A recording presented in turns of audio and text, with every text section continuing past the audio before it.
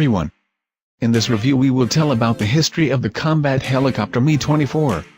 Mi-24, the most common attack helicopter in the world. Serial production started in 1971. Areoun 3,500 units had been produced. Mi-24 is fully hung all over with weapons, machine guns, grenade launchers, guided and unguided rockets, and even bombs. It has many modifications, exported to many countries around the world. It was actively used during the years of the Afghan war, during the combats in Chechnya, as well as in many regional conflicts. From the very beginning, the crew's equipment included specialized flight armor jackets and body armor.